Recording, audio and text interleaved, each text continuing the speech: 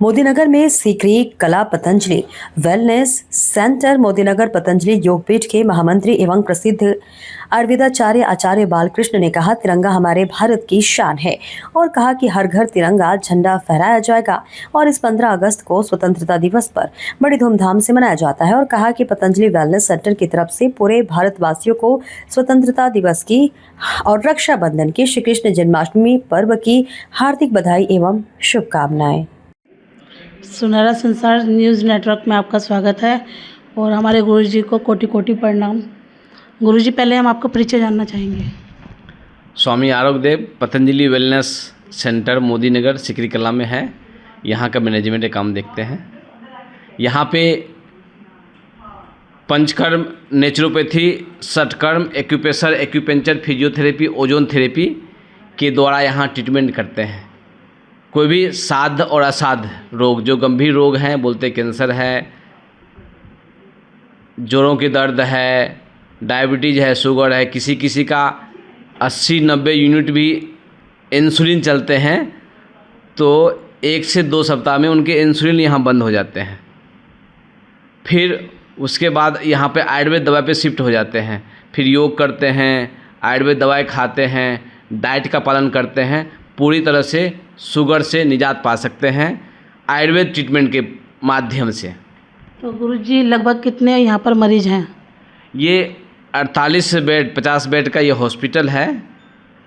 कभी 20, 25, कभी 40, कभी 50 भी होते हैं। यहाँ पे पेशेंट भर्ती रहते हैं।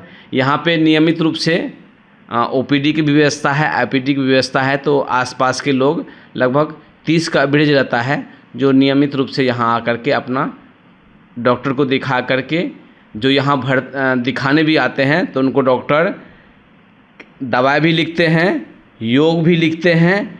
क्या पथ्य है, क्या अपथ्य है, क्या खाना चाहिए और क्या नहीं खाना चाहिए भी पता होना चाहिए। खाना तो क्या है ये पता होना चाहिए, क्या नहीं खाना ये पता होना चाहिए। डॉक्टर लिख के देते हैं तो और लोग अपना डाइट का पालन करते हैं, योग करते हैं, आयुर्वेद दवाई खाते हैं। आसपास के ढेर सारे लोग यहाँ ठीक भी होते हैं।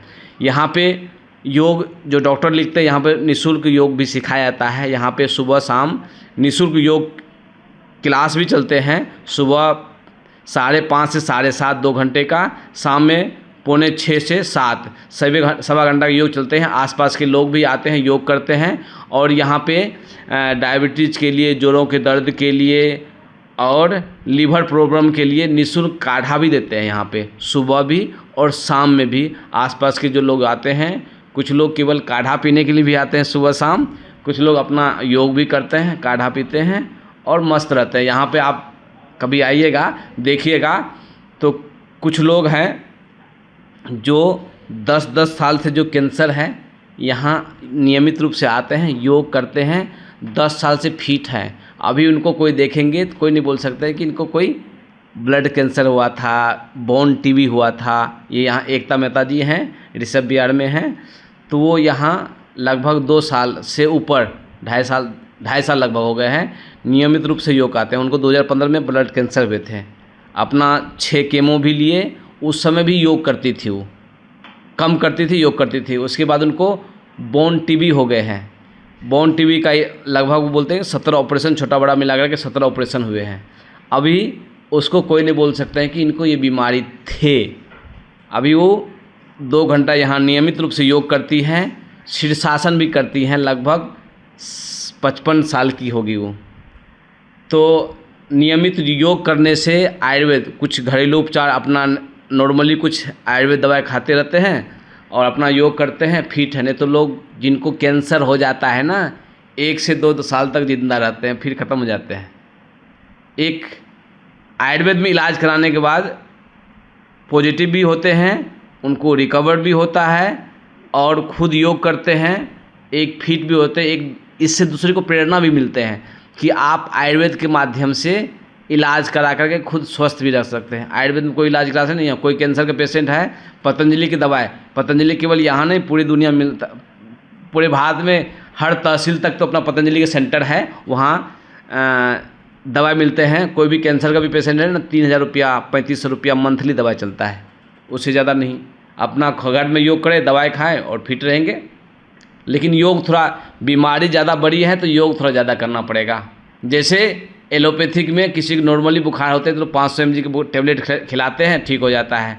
किसी गंभीर 102, 103, 104 बुखार हो जाते हैं तो वही 750 mg का टेबलेट खिलाते हैं, या तो पैरासीटामोल का सलाइन चढ़ाते हैं, तब भी बीमार बुखार नहीं होता। उसी तरह योग भी है, छोटी बीमारी है तो 10-15 मिनट योग कीजिए, कपालभाति, 10-15 मिनट अनुलोम विलोम।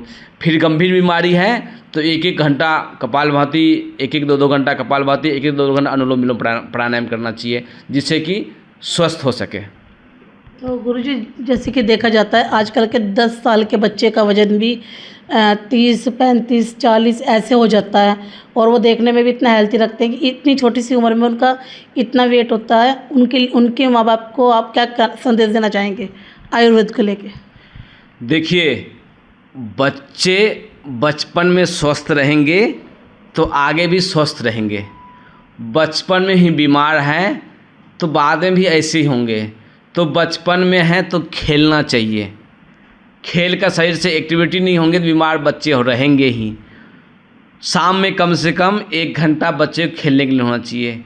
कुछ आसन प्राणायाम कर सकते हैं जो बच्चे कर सकते हैं, उनके लिए कठिन आसन है, कुछ एक्सरसाइज है, कुछ प्राणायाम है, करना चाहिए जो स्वस्थ रहे। और खान पान भी ध्यान रखना चाहिए। ये बर्गर, पिज़्ज़ा, चाउमीन, ये कुरकुरे, ये सब जो है कभी काल तो ठीक है, लेकिन नियमित रूप से जो खाते हैं उनके लिए घातक होते हैं। उनके लीवर खराब हो जाते हैं, पाचन क्रिया ठीक नहीं रहते हैं, कब्ज की समस्या रहते हैं। जिनका कब्ज ठीक नहीं रहेगा उनका कोई दिमाग भी ठीक नहीं रहता है, पढ़ाई भी ठीक से नहीं होंगे, अगर उनके मन एकाग्र नहीं होगा तो पढ़ाई नहीं होगा। तो स्वस्थ जो रहते हैं, पेट जिनका ठीक रहता है, उनका मन भी एकाग्र रहेंगे तो जो पढ़ेंगे जल्दी याद भी होगा। तो इसके लिए उनके लिए स्वामी विवेकानंद जी बोलेंगे फुटबॉल खेलना चाहिए, जो ऐसा खेल भी खेलना चाहिए जिसमें मन पूरा एकाग्र रहे। जैसे कबड्डी खेलते हैं, फुटबॉल खेलते हैं तो वहाँ सब ध्यान एक ही जगह रहता है, वो भी एक एकाग्रता बनते हैं। इसलिए बच्चे के लिए खेलने के समय भी रहना चाहिए, बच्चे को खेलना भी चाहिए, एक्सरसाइज भी करना चाहिए, प्राणायाम भी करना चाहिए, खान पान का ध्यान रखना चाहिए। जो फास्ट फूड है उनको कभी काल तो ठीक है, नियमित रूप से नहीं खाना चाहिए। तो जैसे कि आजकल के युवाओं के लिए आप क्या कहना चाहेंगे? तो युवाओं को जो है कम से कम 1 घंटा मस्ती के साथ खेलना चाहिए, प्राणायाम, योग करना चाहिए, और जो फास्ट फूड है उसको बंद करके जो मजबूत बनना है तो आप अश्वगंधा शतावर खाइए, गाजर लीजिए, चुकंदर लीजिए, अनार लीजिए, ऐसे चीज़ लीजिए जो आपके ब्लड बनाए, शरीर को भी स्वस्थ रखे।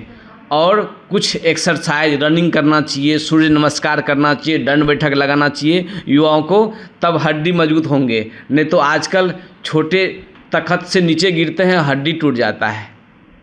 तो ये युवाओं के लिए नहीं है। युवाओं ऐसे होना चाहिए कि नीचे भी ऊपर से भी गिर जाए तो हड्डी नहीं टूटना चाहिए। इतना हड्डी को मजबूत बनाने के लिए दूध लेना चाहिए, दही खाना चाहिए, और ये सब खा करके शरीर को मजबूत बनाना चाहिए एक्सरसाइज करके। देखिए, जैसे कि गुरुजी ने बताया है कि आयुर्वेद हमारे जीवन में बहुत बड़ा महत्व है आयुर्वेद का।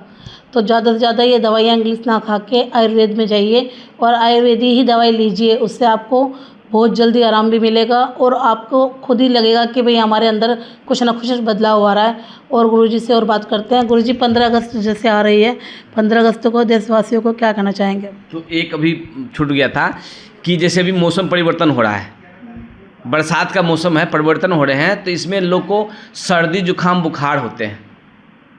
तो आप अपने घर में गिलोय लगाइए, गिलोय का डंडा वैसे लग जाता है, गिलोय लगाइए।